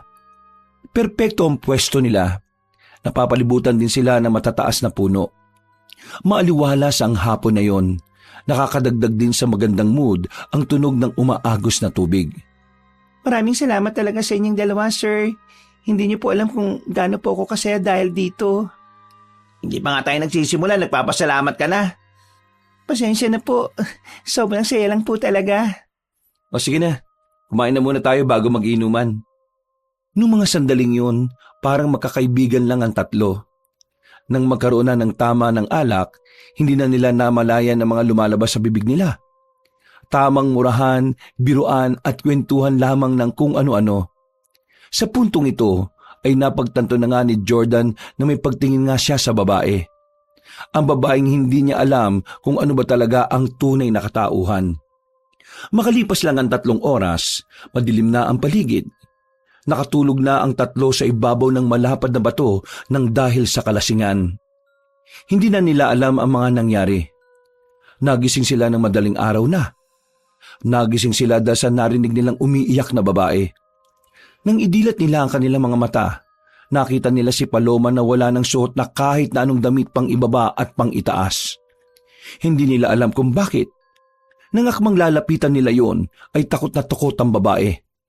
Napalingon naman sila sa baba ng malaking bato. Nakita nila naroon ang lalaking si Rogar. Mahimbing ang tulog at mukhang nakainom din. Paloma, mali ang iniisip mo ha. Hindi kami. Hindi kami ang gumawa niya sa'yo. Maniwala ka. Anong nangyari? Wala akong matandaan. Hindi, wala kaming ginawa. Agad na bumaba ng bato si Jordan. Hindi agad nito si Rogar at saka pinagsasapak agad sa muka. Hindi pa nakontento si Jordan at pinagtatatadyakan pa nito ang nakakatandang kapatid. Magsasalita pa sana si Rogar, ang kaso nga lang ay sinipa naman ito ni Renan. Dumula si Rogar pababa at nalublob sa tubig. Gigil na gigil itong umahon at humarap sa dalawa. Ano ba problema nyo? Napakawalang hiya mong tao ka. Bakit mo pinagsamantalahan si Paloma? Kaya ka pala nagkukunwaring nagbabago ha. Dahil meron ka palang binabalak na masama. Ha? Anong pinagsasabi nyo? Hindi ko alam ang mga sinasabi. Huwag ka na magkaila pa. Alam naman naming hindi ka naman talaga magsasabi ng totoo eh. Kasi wala naman talaga akong ginawa. Wala kang ginawa. Bakit nagkaganon si Paloma? Bakit wala siyang suot na damit? Ewan ko sa inyo. Dumating ako rito, tulog na kayong tatlo. Kinuha ko lang naman yung tira niyong alak tapos ininom ko. Di ko nakala na malakas ang tama nun kaya bumagsak agad ako dun sa baba. Sa ating tatlo, ikaw lang ang pwedeng gumawa nun sa kanya. Pinagsamantalahan mo siya. Abay tarantado ka pala eh. Mga tulog nga kayo tapos sasabihin mong ako gumahasa sa kanya? Oo, dumating ako rito. Natakam din ako sa kanya kasi nakatiwangwang lang siya dyan eh. Pero tumikim muna ako ng alak. Ayun, tinamaan ka agad ako kaya nabaling yung atensyon ko sa alak. Kaya wala akong ginawa sa babaeng yan oh. Sira ulo ka. Sige, subukan yung lumapit. Iaagis ko sa mukha niyo tong hawak kong bato. Sige! Biglang tumakbo ang lalaking si Rogar. Gusto na lang sana nilang asikasuhin si Paloma. Pero nang lumingin sila sa malaking bato, bigla nang nawala ang babae. Hinanap nila yon sa paligid, sa kung saan-saan. Pero ni anino ni Paloma ay hindi na nila nasilayan pa. Agad na umuwi ng bahay ang magkapatid. Ma, si Rogar! Inaasa niya si Paloma! Nang marinig yun ng mag-asawa ay agad itong napatayo. Nalalaki ang mga mata. Habang si Rogar naman kalmado lang, hindi nagsasalita. Pero mababakas na maging ito ay nalilito na rin sa mga nangyayari. Anong sinabi mo? Nag-inuman kasi kami kasama si Paloma. Nalasing kaming lahat. Pagising namin, nakaubad na si Paloma tapos siya, nandun rin. Anak, totoo ba sinasabi nila? Ewan ko sa mga yan. Buwang yung mga yan eh. Kahit na anong sabihin ko, di naman sila naniniwala. Napakahayop mo talagang lalaki. Nako, tama na Apong. Bakit mo naman sinuntok sa mukha ang anak mo? Anong tama na? Kukonsintahin mo na naman ang hayop na yan? Mag-usapan nga ng maayos. Kayong dalawa dyan, ano na naman ba itong ginawa niyo sa kuya ninyo? Siya lang naman ang may kakayahang gawin nyo kay Palome. Bakit? Naroon din naman kayong dalawa. Mga lasing rin kayo. Napaisip bigla si Jordan. Pilit niyang inaalala ang mga nangyari bago sila nakatulog. Pero kahit na anong gawin niya, ay wala naman siyang maalala. Sumasakit lang ang ulo niya. Blanko sa kanya kung ano ba talaga ang tunay na nangyari habang wala siyang malay. Duguan na ang nguso ni Rogar ng mga sandaling yon. Hilong-hilo na rin ito dahil mga tauhan na ni Don Apong ang bumugbog. Pero kalaunan, tinigilan na rin ng mga yon ang binata. Oh, masama akong tao sa paligid ninyo. Oo, binastos ko ang mga kasambahay. At oo, pinagnasaan ko silang lahat. Pero hindi ko ginawa kay Paloma ang binibintang ninyo. Nagbabago na nga ako eh. Pinipilit ko na magbago para magkaroon ako ng ambag sa pamilyang to. Pero walang mangyayari sa ginagawa ko Dahil kahit na anong gawin ko, masama pa rin ako sa palingin yung lahat. Anak naman, Ayaw niyo talaga akong bigyan ng pagkakataon na makapagbago eh. Makapagbago? Ha! Nagpapatawa ka ba? Kung gusto mo magbago, dapat noon pa. Kung meron din dapat dito na magbago, ikaw rin yung papa. Akala mo ba hindi ko alam lahat ng mga illegal mong ginagawa? Tarantado ka ring tao pagdating sa negosyo, kaya huwag ka magmalinis dito. Ipapahuli ka namin sa ipahuli nyo. Sige, ipahuli nyo ako sa kasalanang hindi ko ginawa. Diyan kayo magaling eh. Ang idino ko sa mga bagay na hindi ko naman talaga ginawa. bakit hindi na lang muna natin paimbestigahan para malaman kung sino ba talagang gumahasa sa babaeng yon? Hindi. Hindi na kailangan ng investigasyon. Alam naman natin lahat na siya lang ang makakagawa ng ganung bagay. Hindi na nakapagsalita ang lalaking si Rogar. Agad-agad na itong tumakbo palabas ng mansyon. Sinubukan itong habulin ng kanilang mga tauhan pero hindi na nila nagawa nang sumakay na ito ng motorsiklo. Sira ulo talaga yung anak mo, Avria. Dapat doon ipakulong na. Hindi na natin mababagong ugali niya. Nagbabago na si Rogar, alam ko yon. Ako ang tumutulong sa kanya para makapagbago. Kailangan nyo lang akong paniwalaan. Hindi siya ang gumawa nun. Nung gabing yon, agad na pinakalat ni Don Apong sa mga kapulisan ng ginawa ni Rogar. Mabilis na lumiit ang mundo ng binata. Kahit sa mga ibang baryo ay kumalat na rin ang nangyari. Samantala, tahimik lang si Jordan at Renan nung mga sandaling yon. Nakatingin lamang sila sa ibaba. Makailang beses nilang tinatawagan si Paloma pero hindi na nila ito makontak. Muli nilang binabalikan sa kanilang isipan ang mga huling nangyari. Pero ang tanging naaalala lang nila ay ang mga sandaling hindi pa sila nalalasing. Maupo ka nga, nahihilo na ako sa'yo kanina pa eh. Kuya, alam ko talagang hindi ako gumawa nun eh. Nakatulog na ako at wala na rin ako maalala. Mas lalong hindi rin naman ako. Si Rogar lang naman kasi makakagawa nun eh. Nandun siya at pagkagising natin. At nakakapagtaka na alam niyang doon tayo nag-inom. Pero ang mas nakakapagtaka, Ang alin? kung si Kuya Rogar ang nanamantala kay Paloma, dapat hindi natin siya nakikitang kasama nating natulog sa ilog. Hindi ka ba nakikinig? Ang sabi nga niya kanina, di ba? Nakatulog siya pagkatapos niyang ubusin yung tira nating alak. Alam mo naman kung gaano kalakas ang tama nun, di ba? Sino naman tanga na matapos manggahasa ng babae, magiinom ng alak sa mismong katabi ng biktima niya? Anong gusto mong sabihin? Hindi si Kuya Rogar ang may gawa nun? Hindi ko alam. Ang naiisip ko lang, may mali sa nangyayari. Naniniwala ko na siya lang ang makakagawa nun. Pero bakit pakiramdam ko, may hindi pa tayo nalalaman? Basta ako, ang paniwala ko, si Kuya Rogar lang talaga gagawa ng ganun. Wala nang iba pa. Napahawak na lamang sa sentido ang lalaking si Jordan. Sumasakit na ang ulo niya sa kakaisip. Tila ba sumisisid siya sa isang alaala na matagal nang nawala sa isip niya. Hindi siya mapakali hanggang sa makahiga na siya sa kanyang kama. Galaw siya ng galaw, pabangon-bangon, kung ano-ano ang tumatakbo sa isipan niya. Nang hindi siya makatiis, lumabas siya ng mansyon. Bumalik siya sa ilog sa pagbabaka sakaling matatagpuan niya roon si Paloma. Pero wala. Tanging ang mga naiwang pinag-inuman lang nila ang naroon. Paloma! Kausapin mo ako! Maniwala ka sa akin, hindi ako gumawa niyan sa'yo. Wala sa aming dalawa ni Renan, Paloma! Nasaan ka ba? Sawi siya makausap ang dalaga. Kahit na anong gawin niya sa kagubatan, walang tumutugon sa kanya. Hindi niya sinukuan ng tsansang makakausap niya ang babae. Nang sumunod na gabi, ay hinanap niya ulit ito sa gubat, sa ilog, sa kung saan-saan pa. Ilang gabi ang inilaan niya para lamang makausap ito. Pero sadyang mailap na para sa kanya ang pagkakataon. Ano bang problema mo, Jordan? Sa kakahanap mo sa babaeng yan, napapabayaan mo na mga dapat mong asikasuhin sa negosyo. Baka lang nakakalimutan mo, negosyante ka rin. Hindi ka asong naghahanap ng amo. Hindi ba kayo nababala sa nangyayari pa? Paano kung nagpatiwakal na yun si Paloma dahil sa nangyari? Pa, anak mo ang sangkot dito. Hindi ka ba naaawa doon sa tao? Kailangan natin siya mahanap dahil baka alam niya kung sino ang gumawa nun sa kanya. Wala akong pakialam kung sinong nanamantala sa kanya. Dahil at the end of the day, hindi rin naman ako kikita ng pera sa kanya. Negosyo ang isipin mo kasi doon tayo nabubuhay. Wala ka bang emosyon, Papa? Anong sinabi mo? Wala kang bukang bibig kundi pera at negosyo eh.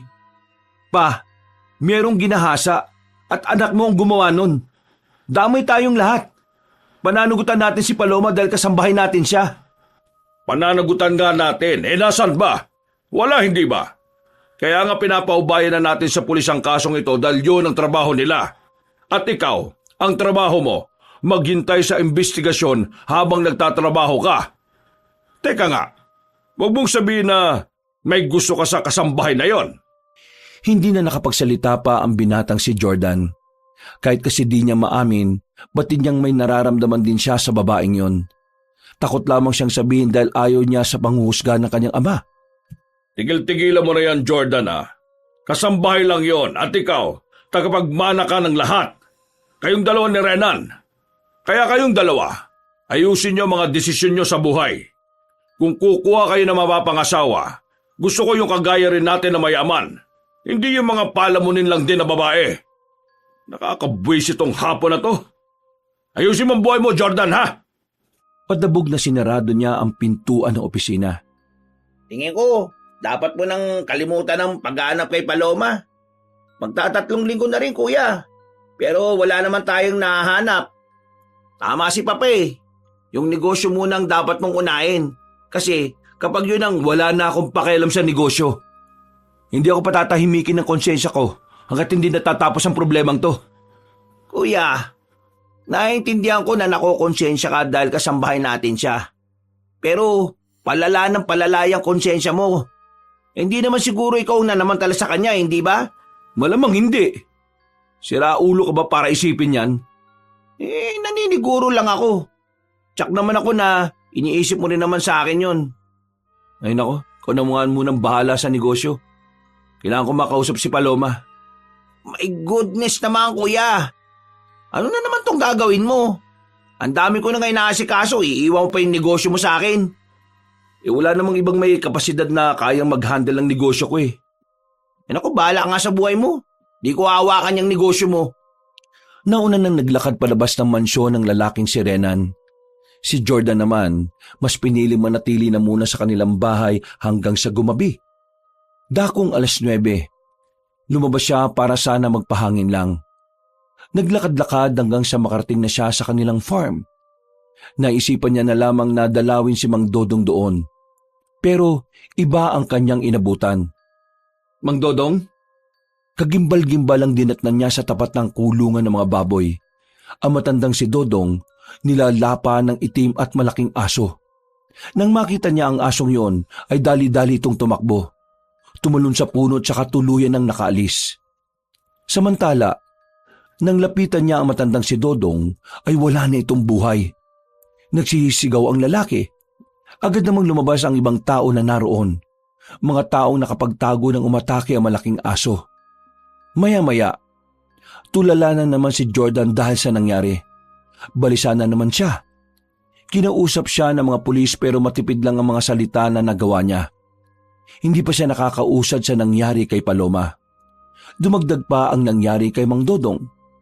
Oh, magtubig ka muna para maimasmasan ka. Ano ba talaga nangyari? Pagdating ko, naabutan ko yung aso na sinasabi ni Mang Dodong na kinakain siya. Renan, malakas talaga kutob ko na aswang yun eh.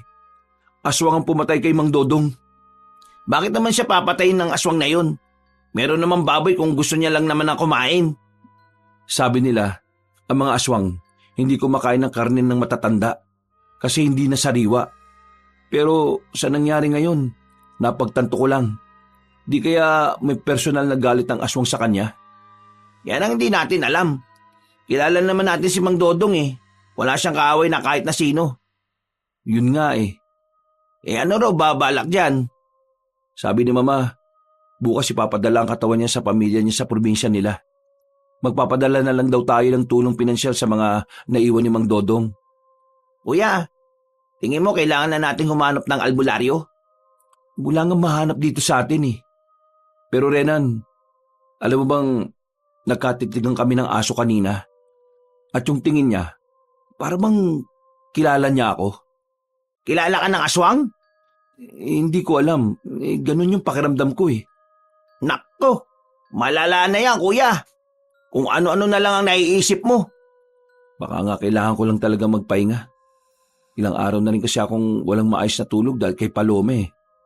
Isang malalim na paghinga na lamang ang nagawa ng binatang si Jordan. Makalipas pa ang ilang araw, naging pala isa pa na ang nangyari kay Mang Dodong. Kapansin-pansin naman para kay Jordan ang pagiging balisa ng kanyang ama. Kung minsan kasi, ay parang wala ito sa sarili kapag kinakausap. Palagi na lamang lutang at palagi nang nagmamadali. Bandang 10:00 ng gabi, nasa bahay ang binatang si Jordan. Namili sila ng alak. Ito ang magsisilbi nilang pampatulog sa gabi. Pagsakay niya ng kanyang sasakyan, nabigla siya nang biglang lumitaw si Rogar sa backseat. Kalmado, wala man lang bakas ng pagkataranta. Habang si Jordan naman, kinakabahan. Oh, kalma ka lang ha. Wala akong gagawin sa'yo. Sige na, paandarin mo na habang nakikinig kung anong sasabihin ko. Saka ba nagtago? Ilang araw ka nang hinahanap ng mga pulis ha?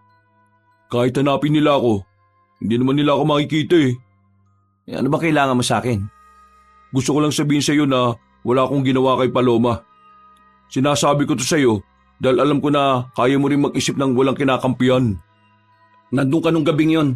Paano mo nasabing wala kang ginawa? Wala sa ating tatlo gumasa kay Paloma. Naalala ko na. Anong naalala mo? Hindi ko alam kung maniniwala ka sa akin ha. Pero bahala na. Sasabihin ko pa rin. Oo, inamin ko nung nakita kong nakahiga si Paloma. Nakakita ko. Pero wala akong lakas ng loob na gawin yung binibintang niyo sa akin. Nangako ko kay Mama na magbabago na ako. Kasi gusto kong bumawi kay Mama. Kaya kinuha ko yung alak. Yung tira-tira. Tinikman ko. Aba, masarap pala. Kaya yun, naubos ko ng mag-isa yung kalahati. Akala ko matamis lang eh. Biglang pumutok yung tama. Boom! Lasing agad ako. Sige na, diretsuhin mo na ako. Napasandal ako sa bato na kinalalagyan nyo. Para akong mahihimatay sa sobrang kalasingan.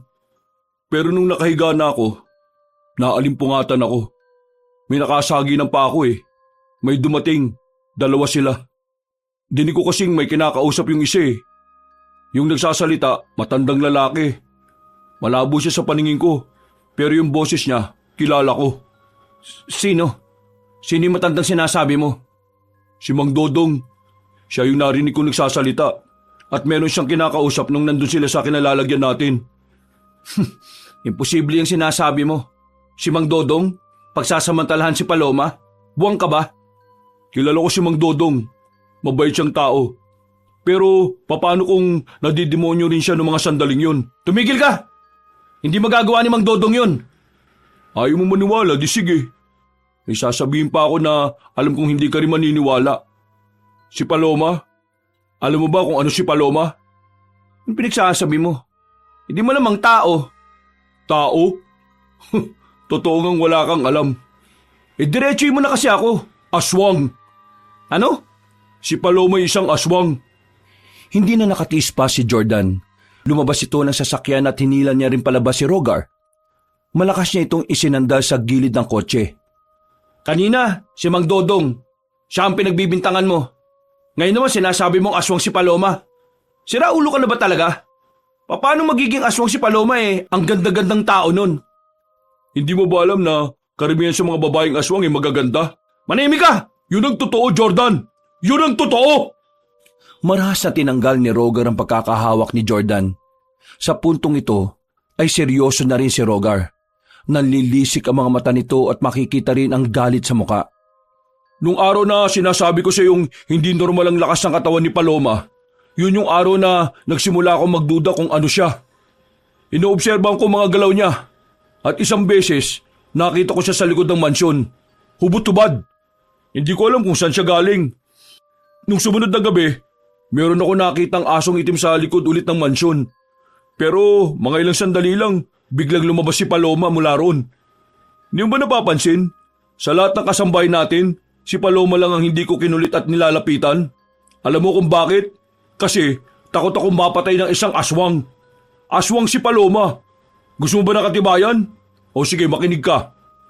Lumingon-lingon muna si Rogar para tingnan kung may makakarinig sa kanila.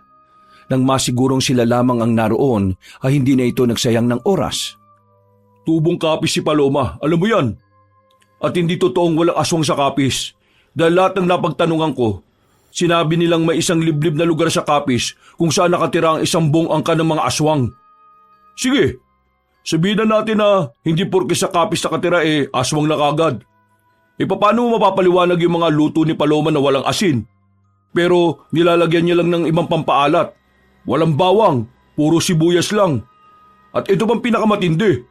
Alam mo ba kung sinong pumatay kay Mang Dodong? Si Paloma. Bakit niya gagawin yun? Kasi konektado to sa sinasabi ko kanina. Si Mang Dodong ang narinig kong nagsalita nung nasa ilog tayo. Sa puntong ito, tila ba unti-unti nang nakukumbinsi si Jordan. Hindi niya inakala na darating ang panahon na kailangan niyang maniwala sa kagaya ni Rogar. Nanlalamig ang kanyang palad, pinagpapawisan, kinakabahan sa mga nalalaman. Hindi niya alam kung ano pa ang matutuklasan niya na magpapabago sa kanyang pananaw. Sige, sabihin na nga nating hindi kayang manamantala ni Mang Dodong. Paano kung kasama siya ron? At alam niya nangyari. Ngayon, ang tanong, sino yung kasama niya? Sino-sino sila? Pumasok si Jordan ng sasakyan at sinarado ang pintuan. Uy, wag mo kong iwan dito, si Raulo! Mabilis na pinatakbo ni Jordan ang sasakyan pabalik sa kanilang mansyon. Pinuntahan niya ang bahay ni Mang Dodong, na nasa mismong farm lang din nila. Tinanggal niya ang kandado ng bahay. Pagbukas niya ng ilaw, ay agad siya naganap ng ebidensya na magpapatunay sa lahat ng sinasabi ni Rogar. Ginulunan niya ang mga gamit doon, pero wala siyang nakita na kahit na ano. Noong mga sandaling yon, mas lalo siyang naguluhan. Parang mabibiyak ang ulo niya kakaisip. Kahit siya rin ay hindi makapaniwalang kapagtatagpi-tagpi ang lahat ng mga pangyayari. Nang gabing yon, At naniwala ka naman sa kanya. Kay Kuya Rogar ka pa talaga nakinig Kilala mo naman na si Raulo yun ikinuwento ni Jordan ang lahat kay Rena nang nasa silid na sila para pag-usapan ang bagay na yon. Isipin mo nga kasi na maigi. Lahat ng sinasabi niya, nagtutugma sa isa't isa. Lalo na sa sinabi niyang aswang si Paloma. Kahit ako man din nagtataka sa kakaibang lakas ni Paloma. Hindi niya naman magagawang magbuhat ng drum kung normal siyang babae. Kung aswang si Paloma, bakit siya nalasing? Nalalasing din naman ng mga aswang, ano ka ba? Klaseng pag-iisip yan. Hindi ko kasi mag-gets Paanong naisip ni Rogar na aswang si Paloma? Sinabi ko na nga lahat kanina, di ba? Nakikinig ka ba talaga? Nakakinis ka naman kausap Uy, kalma lang. Galit ka na kaagad Kailangan ko malaman kung anong ugnayan ni Mang Dodong sa nangyari at kung sinong isa pa niyang kasama. Sila ang gumawa ng pananamantala kay Paloma. Alam mo ba yung dating bahay ni Mang Dodong sa Sitio 2? Di puntahan natin yung bahay niya. Baka doon may makita tayong ebidensya. Hindi na nagsalita pa si Jordan. Agad niyang kinuha ang jacket at susi na nakasabit sa pintuan. Mabilis silang umalis ng mansyon. Kahit na malapit lang naman ang Sitio 2 sa kanila, ginamit pa rin nila ang sasakyan para mas mabilis. Hindi nagtagal, nakarating na rin sila. Isang bahay na bato ang nasa harapan nila. Paglapit nila sa pintuan, hindi yun nakasarado. Pinihit nila ang doorknob at agad naman itong nagbukas. Napagtanto ni Jordan na baka sinadya ni Mang Dodong na iwang bukas yun nang sa ganon ay madali nilang mapasok ang bahay. Pagbukas pa lang nila ng ilaw, nakita na agad nila sa lamesa ang puting papel na nakadikit doon. Agad silang lumapit at binasa ni Jordan ang nakalagay. Paanong? Hindi makapaniwala ang magkapatid sa kanilang nalaman. Nanlambot ang kanilang tuhod. Nanginig ang kamay ni Jordan habang hawak-hawak ang papel. Nawindang ang dalawa. Gulat na gulat. Hindi nila inakala na magagawa yon ng taong nakasulat sa papel. Napaupo na lamang si Jordan sa tapat ng lamesa. Nang hina siya bigla. Nakaramdam siya na matinding awa para sa dalagang si Paloma. Wisit talaga siya. Wisit siya! Pagbabayaran niyang ginawa niya ito kay Paloma, hindi ko siya mapapatawad. Hindi! Huwag tayo magpadalos-dalos, kuya. Hindi natin siya pwedeng kausapin agad tungkol dito. Kailangan natin ng katibayan. Hindi pa ba sapat ang sulat na ito? Hindi pa ba? Hindi pa. Isasabihin lang nila na kahit sino ay kayang gumawa ng peking sulat. Hindi ako papayag na hindi siya managot. Kung hindi man tayo panigan ng batas, batas ko ang paiiralin ko. Nako, hindi magandang ideya ang sinasabi mo, kuya. Alam mo, kesa iniisip mo yung mga ganyan, hanapin na lang natin si Paloma at tumingin ng tawad sa kanya. Kausapin natin siya para ano? Para maawa siya sa gumahasa sa kanya? Hindi! Kung ano man ang gagawin sa kanya ni Paloma, hahayaan ko mangyari yon. Mas magiging masaya pa ako kung mamamatay siya. Kahit na kailan, napakahayop niya talaga. Natapos ang usapan na yon, pero hindi natapos ang galit na nararamdaman ni Jordan. Nagsimulang mabuo ang matinding puot sa kanyang puso. Kung hindi lang dahil sa kapatid niyang si Renan, baka hindi na siya nagdalawang isip na patayin ang nanamantala sa babaeng minamahal niya. Wala nang pakialam si Jordan kung aswang si Paloma. Wala na siyang pakialam kung anuman ang pinagmulan nito. Ang mahalaga na lamang para sa kanya ay mabigyan ng hustisya na nararapat para sa babae. Hindi siya papayag na mauwi lang ang lahat sa wala. Pagbabayarin niya ang nagkasala kahit sino pa ito. Anong balita sa paghahanap niyo sa anak mong kriminal? Kung makapagsalita ka namang kriminal sa anak mo hindi pa naman napapatunayan na siya ang gumawa nun. Bakit? Nalitis na ba ang anak natin? Hindi pa naman Nasa harapan tayo ng pagkain. Ayaw ko makipagtalo. Sasagutin mo lang naman ang tanong ko, Avria. Anong balita sa paghahanap sa kriminal mong anak? Hindi pa rin siya nahahanap hanggang ngayon. Ang sabi ng mga pulis na nakausap namin kanina ni Kuya Jordan, pwedeng nakalis na ng probinsya natin si Kuya. Pero kung sa Maynila raw siya pupunta, mas madali siyang mahuhuli ron. Talagang magaling tong siraulong kapatid niyo, ano? Ayaw na lang sumuko ng loko Kawawa naman si Paloma. Si Paloma ba? Nakausap niyo na? Hanggang ngayon, hindi pa rin namin makita si Paloma. Kaya hindi pa namin siya makausap. Kapag nakita niyo si Paloma huwag niyo nang pabalikin dito. Bigyan niyo ng pera at huwag nang magpakita rito. Bakit pa? May atraso ba kayo kay Paloma? Anong sinabi mo? Ibig niyang sabihin, kung nahihiya daw ba kayo kay Paloma dahil sa nangyari? Aba malamang. Sinong hindi mahihiya sa ganon? Anak ko ang gumahasa sa kanya. Basta ako, naniniwala kong hindi si Rogar ang gumawa nun. Hindi niya magagawa yon. Nangako siya sa akin. Bahala ka sa buhay mo kung yan ang gusto mong paniwalaan. Tahimik lang si Jordan ng mga sandaling yon. Hindi na lamang siya nagsalita para hindi na rin magkaroon pa ng gulo. Kinabukasan, naging abala ang araw ni Jordan at ni Renan. Sumama sila sa kanilang ama para sa isang mahalagang okasyon noong hapon. Kahit na hindi gusto ni Jordan, kinailangan niya makisama dahil nakasalalay rin naman ang negosyo nila. Napagtanto niyang mahalaga ang negosyo sa kanya dahil maaari niya itong magamit laban sa kanyang ama. Dakong 6:00 ng gabi, nagsimula ang okasyon. Sosyala ng mga tao sa loob ng venue. Habang ang lalaking si Jordan ay mas piniling tumambay na muna sa labas, kaya naman hindi na rin nakatiis ang kanyang kapatid na si Renan. Sinamahan na rin siya nito. Gusto ko makausap si Paloma. Gusto kong humingi ng tawad sa lahat ng mga nangyari. Kung hindi ko siya niyayang mag-inom sa ilog, wala sanang ganito Hindi sana siya napagsamantalahan. Wala ka namang kasalanan, kuya. Ginawa mo lang naman yun para mapasaya siya, di ba? Sana makita ko na lang siya. Huminga na lamang na malalim ang binatang si Jordan. Maya-maya pa ay pumasok na lamang sila sa loob.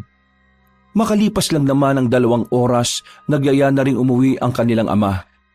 Iritado na ito dahil sa dami ng tao na kumakausap sa kanya. Nakakaba na sa mga tao sa loob. Hindi mo nila ako kilala. Bakit kung kausapin nila ako parang binabata-bata lang nila ako? Bullshit! Ano po bang nangyari pa? Tanong ka pa ng tanong.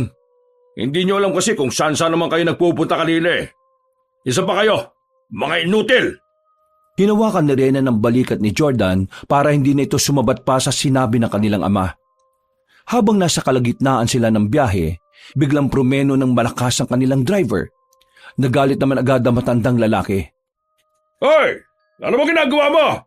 Hindi ka ba marunong magmaneho? Binabayaran kita hindi para maging tanga, ha? Binatukan ni Don Apong ang kanyang driver.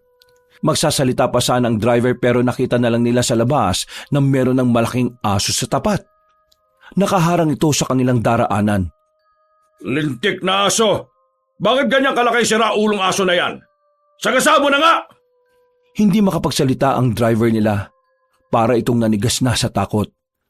Siraulo ka ba? Sabi ko sagasaan mo eh! Binatukan niya ulit ito at saka lamang ito natauhan. Pinahururot nito ang sasakyan palapit sa aso. Pero mabilis na nakailag ang asong yon. Sa mga oras na yon ay alam ni Jordan at Renan na ang asong yon ay si Paloma. Kaya hindi nila maiwasang hindi kabahan. Alam nila kung ano ang maaaring mangyari. Buong akala nila ay tinigilan na sila ng aso. Pero nang lumingon sila sa likuran, nakita nilang mabilis ang takbo ng hayop na yon.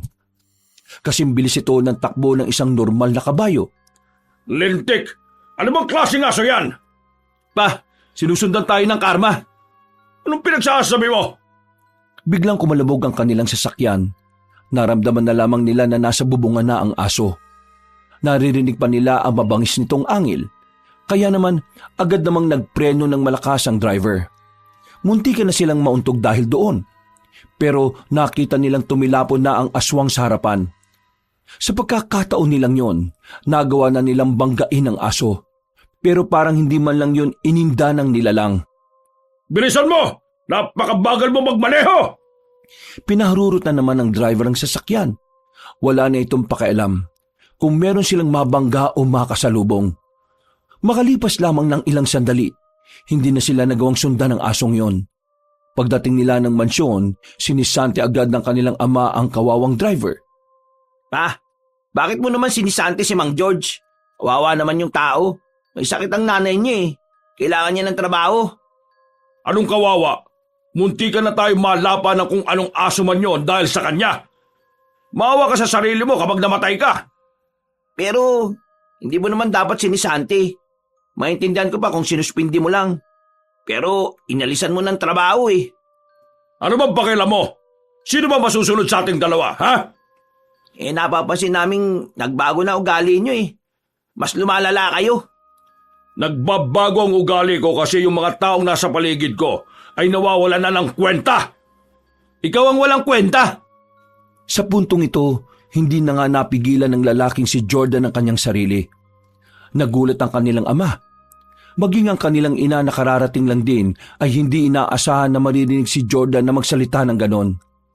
Nasanay kasi sila na si Jordan ang laging kalmado sa kanilang pamilya. Pero ibang Jordan ang kanilang kaharap sa mga sandaling yon. Anong sinabi mo? Ikaw ang walang kwenta. Hindi kami. Hindi si Mama. Hindi si Kuya Rogar. Ikaw! Ikaw ang pinakademonyo sa mansyon na ito. Anong pinagsasabi mo? Napakawalang utang na loob ng taong ito. Akala mo kung sino magsalita? Bakit? Anong kasalanan ko sa iyo para ito isukli mo sa akin? Kuya, tama na muna. Hindi pa ngayon. Hindi! Ngayon ko sasabihin ng lahat. Lumapit si Jordan sa kanilang ama at saka matalim na tumingin sa matandang lalaki. Nanlilisik din ang mga mata ni Don Apong. Tila kakaunting sandali na lang ay mapapalo na nito si Jordan ng flower vase na nasa gilid.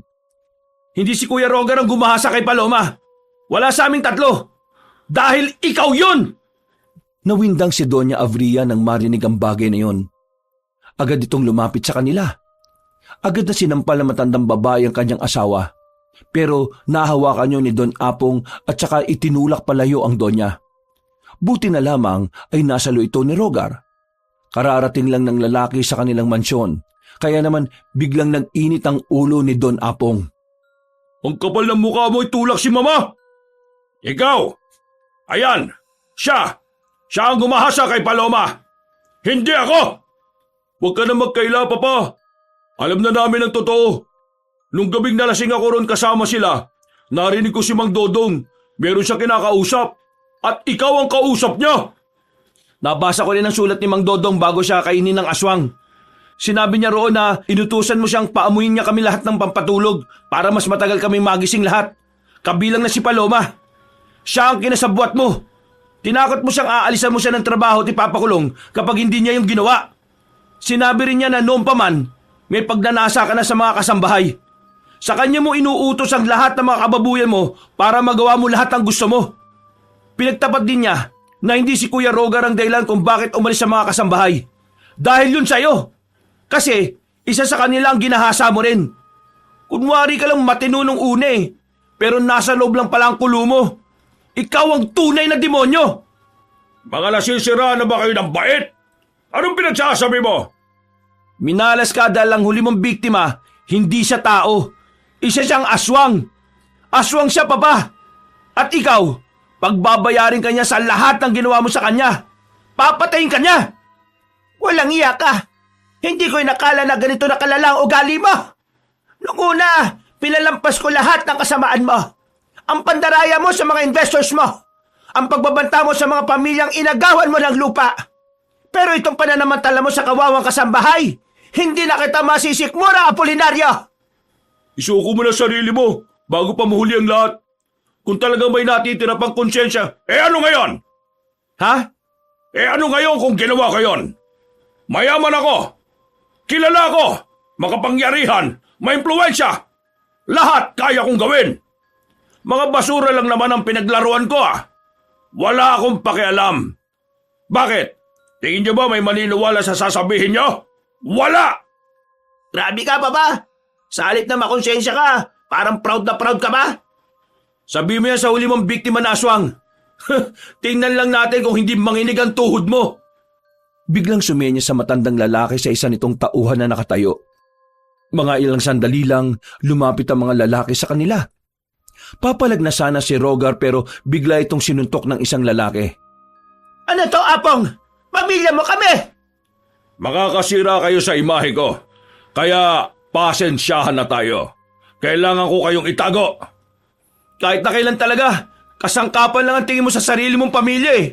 Lumabas din ang tunay mong kulay. Hindi ako makapaniwala na magagawa mo ito sa amin, Papa. Ikaw pa naman ang inaangaan ko pagdating sa pagiging matagumpay na tao. Wala nang maraming satsat. Dalhin nyo na yan sa sasakyan. Kinalatkad silang mag-ina noong mga sandaling yon. Wala silang magawa kundi ang sumunod na lamang sa agos. Nakatutok ang mga baril sa kanila na parabang hindi sila kaano-ano ni Don Apong. Apong, pakawala mo kami rito! Hindi mo dapat ito ginagawa sa mga anak to! Naging mabuti sila sa iyo kahit ang napakasama mong ama! Huwag ka na mag-ingay, Afria. Kapag ako narindi sa'yo, baka itapon ko kayong lahat sa bangin. Paano ka nabuhay na ganyan ang ugali mo? Sobrang sama. Wala kang pagpapahalaga sa pamilya. Ganyan ba talaga kayo masyado pag nilamon na ng pera? Huwag mo kong tinatanong ng ganyan. Wala kang alam sa pagpapayaman. Ba't tanga-tanga ka sa magnenegosyo eh? Magsasalita pa sana si Jordan pero tintukan sila ng baril ng mga kasama nila. Kaya naman minabuti na lamang nilang manahimik kesa mapatay sila ng mga yon. Makalipas ang ilang sandali ay narating na rin nila ang isang lumang factory. Ipinasok sila sa loob at sapilitang iginapos sa mga makina. Pagkatapos ay iniwan na muna sila ng matandang lalaki. Kuya Rogar, pasensya ka na kung nahusgahan ka namin. Wala naman ako magagawa eh. Masama naman talaga tingin niyo sa akin. Paano hindi magiging masama tingin namin sa'yo? Mula pa nung una, puro ka katarantaduan. Ang inyong ama ang tunay na masama, hindi kayo. Hindi nyo lang napapansin, pero ako, alam na alam ko na ang ugalit karakas niya. Pero patawarin nyo ako kung pakiramdam nyo mas paborito ko ang kuya ninyo. Hindi ko siya paborito. Kayong tatlo ang paborito ko. Sadyang ang kuya nyo lang ang pinapaboran ko ngayon. Kasi alam kong sa inyong tatlo, siya ang walang nakukuhang suporta sa ama ninyo. Alam kong siya ang napag-iiwanan. At kung tutuusin, kasalanan ng tatay nyo ang lahat ng ito. Naintindihan ka naman namin, Ma. Kaya nga humihingi rin kami ng paumanhin. Kasi alam namin na napagsalitaan din namin kayo ni Renan. Bilang ina ninyo, wala naman sa akin yon. Ang mahalaga sa akin ngayon ay makakasundo tayong apat. Hindi tayo pakakawalan ni Papa rito. Tingin ko, dito na tayo mabubulok. O mas malala pa, baka patayin niya tayo. Ganun na ba talaga kasama ugali niya? Bata ka pa talaga, Renan. Wala kang alam sa mga ginagawa niya. Yung tito natin sa Palawan, si Papa nagpadali nun. Dahil lang sa inggit. Naniniwala ko na darating si Paloma para iligtas tayo. O paano ka makakasiguro na ililigtas niya tayo? Aswang ang babaeng yun. Kahit naswang si Paloma, alam kong meron pa rin siyang magandang kalooban. Alam kong una pa lang, hindi naman talaga siya masama. Pero wag pa rin tayo makampante. Kahit kasi hindi tayo yung nanamantala sa kanya, hindi natin may kakaila na dahil din sa atin kaya siya nagahasa ng tatay nating demonyo. Hindi na lamang nagsalita ang binata. May ilang sandali pa, dumating naman ang matandang lalaki na si Apong. May nakalagay pa na tabako sa bibig nito. Apong, nakikiusap ako sa iyo. Pakawalan mo na kami rito. Kung gusto mo aalis na lang kami ng mansyon kung talagang ayaw mo na sa amin. Huwag mo lang kaming sasaktan. Lalong-lalo na mga anak natin. Tapos ano? Ipagkakalat niyong lahat ang nalalaman ninyo? Hindi ako tanga. Apria, kilala mo ko. Kaya dapat alam mong mas mautak pa ako sa unggoy. Hindi mo ako maisahan, Apria. Hindi inutil ang lolokohin mo. Makinig ka sa akin, Apong. Pag-usapan na lang natin. Ha? Ano yon? Tingnan niyo nga sa labas, dali! Pa, nakakatotoo na yung sinasabi ko. Nandito na si Paloma. Nagbabalik siya para maningil. Siya ang karma na nagkatawang tao. Manimik ka! Ikaw ang uunahin ko dyan eh! Maya-maya lang, nakita na lamang nila na may babae nang nakatayo sa bungad ng factory. Nanlalaki ang mga mata ni Don Apong. Kaya naman agad na nitong inutusan ng kanyang mga tao. Niratrat nila ng bala ang babaeng si Paloma. Pero gumapang lang ito sa pader at inilagan ng lahat ng bala. Mabilis ang babaeng aswang. Hindi nila magawang tamaan kahit na isa. Ang tanga-tanga niyong bumarel! Yan ba ang mapapala ko sa binabayad ko sa inyo? Hindi nagtagal, nagawa na rin makalapit ng aswang sa kanila. Inisa-isang hilahin at pagpapatayin ng mga tauhan ng Don. Nagtalsikan ng mga dugo sa kung saan-saan. Brutal ang ginawa ni Paloma sa kanila. Mga tanga! Ako na nga! Mga inutil talaga mga taong ito! Kinuha ni Don Apong ang baril at ito na ang bumirada. Pero hindi rin ito magawang makatama. Hanggang sa maubos na ang bala nilang lahat. Subukan mong lumapit, babae ka! Patay ka!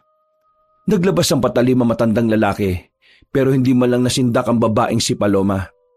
Don Apong, tatapusin ko na ang kahayupan mo. Para ito sa mga pinagsamantalahan mo. Ihatid na kita sa impyerno! Akala mo natatakot ako kahit naswang ka? Hindi! Kayo!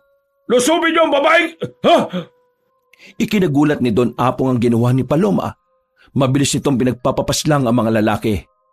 May ilang pang nangingisay-ngisay bago tuluyang nalagutan ng hininga.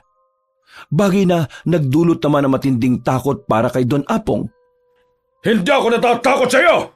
Lumapit ka! Papatayin kitang babae ka! Sige, lapit! Ano? Duwag! Walang pagdadalawang isip na pinaslang ni Paloma si Don Apong. Napapikit na lamang sila Jordan ng mga sandaling yon. Nang idilat nila ang kanilang mga mata, nakita na lamang nilang nakahandusay na ang matandang lalaki. Binuhat ni Paloma ang bangkay ni Don Apong. Bago ito umalis, tumingin ito sa kanila. Huwag kayong mag-alala. Hindi kayo pagbibintangan na pumatay sa matandang ito. Ihatid ko ang bangkay niya sa istasyon ng mga pulis. At sasabihin kong ako ang pumatay. Isang babaeng aswang ang pumatay. Mabilis na umalis ang babaeng aswang. Bitbit nito sa balikat ang wala ng buhay na si Don Apong. Kinabukasan, mabilis na kumalat ang balitang wala na nga ang matandang negosyante. Marami ang nagulat, pero mas marami ang nawindang nang pumutok ang balitang isang aswang ang tumapo sa buhay ni Don Apong. Samantala, mula nang mawala si Don Apong, hindi na rin tumira ang mag-iina sa mansyon na yon. Bukod sa hindi naman nila yun bahay, gusto na rin nilang makalimutan ang masasamang alaala sa bahay na yon. Isang buwan na ang nakalipas, nanirahan na lamang sila sa isang simpleng bahay sa kalapit lang ding baryo. Naninibago pero unti-unti nilang sinasanay ang kanilang sarili sa simpleng buhay. Ang mahalaga na lang sa kanilang magkakapatid ay kasama nila ang kanilang ina. Mabuti naman at nakabalik na rin kayo. Katatapos ko lang lutuin itong banana Q. Hindi ko alam kung magugustuhan nyo pero sana masarap ang pagkakaluto ko. Magugustuhan naman namin yan basta luto mo, ma. Ganun ka ba nagluto lang hindi masarap? Basta luto mo, ma, the best. Walang duda yan. Ikaw pa ba? Sos, mga bulero talaga kayo. Nawala ang ngiti ni Doña Avria nang mapatingin ito sa kanyang likuran. Paglingon nila, bumungad sa kanila ang babaeng si Paloma. Maayos na itong tingnan. Hindi na mahahalata rito ang pagiging aswang nito. Paloma? Narito ako para humingi ng tawad at magpaalam. Patawad sa gulong idinulot ko.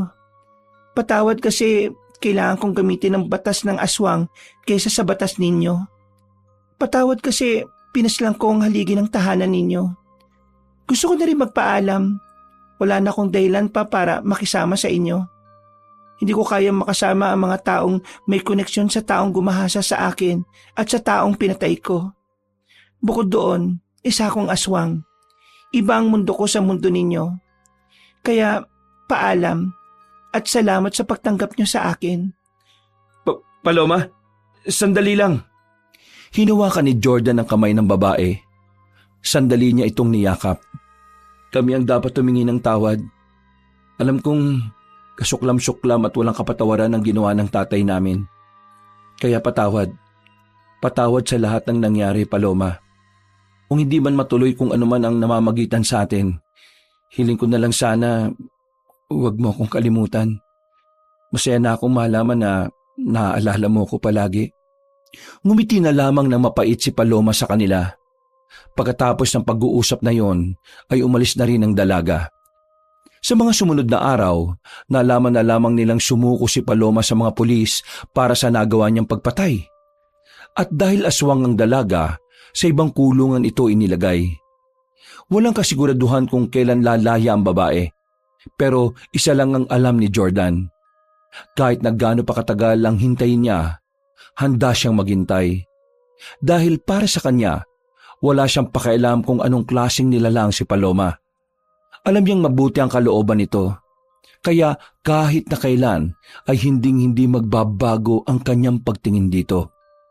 Sa ngayon, namumuhay ng mapayapa ang kanilang pamilya. Hindi man niya magawang dalawin ng dalaga, araw-araw naman niyang isinasama sa dasal si Paloma.